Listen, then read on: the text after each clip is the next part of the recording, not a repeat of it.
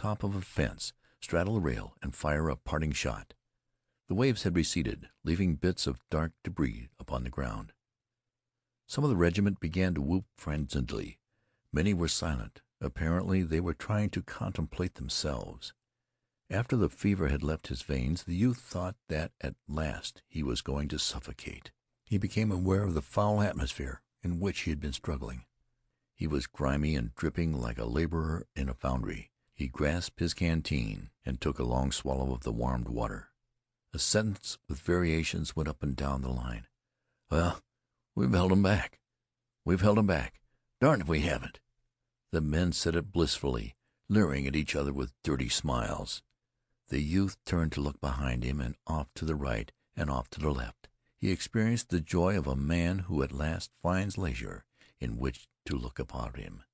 Underfoot there were a few ghastly forms, motionless. They lay twisted in fantastic contortions. Arms were bent and heads were turned in incredible ways. It seemed that the dead men must have fallen from some great height to get into such positions. They looked to be dumped out upon the ground from the sky. From a position in the rear of the grove a battery was throwing shells over it. The flash of the guns startled the youth at first. He thought they were aimed directly at him. Through the trees he watched the black figures of the gunners as they worked swiftly and intently. Their labor seemed a complicated thing.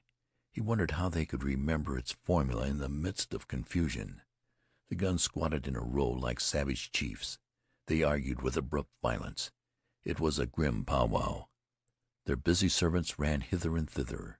A small procession of wounded men were going drearily toward the rear. There was a flow of blood from the torn body of the brigade. To the right and to the left were the dark lines of other troops. Far in front, he thought, he could see lighter masses protruding in points from the forest. They were suggestive of unnumbered thousands. Once he saw a tiny battery go dashing along the line of the horizon. The tiny riders were beating their tiny horses. From a sloping hill came the sound of cheering and clashes. Smoke welled slowly through the leaves. Batteries were speaking with thunderous oratorical effect. Here and there were flags, the red and the stripes dominating. They splashed bits of warm color upon the dark lines of troops. The youth felt the old thrill at the sight of the emblem. They were like beautiful birds strangely undaunted in a storm.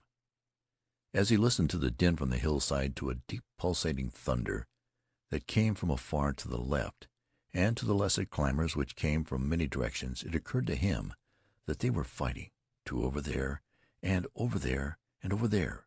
Hitherto he had supposed that all the battle was directly under his nose.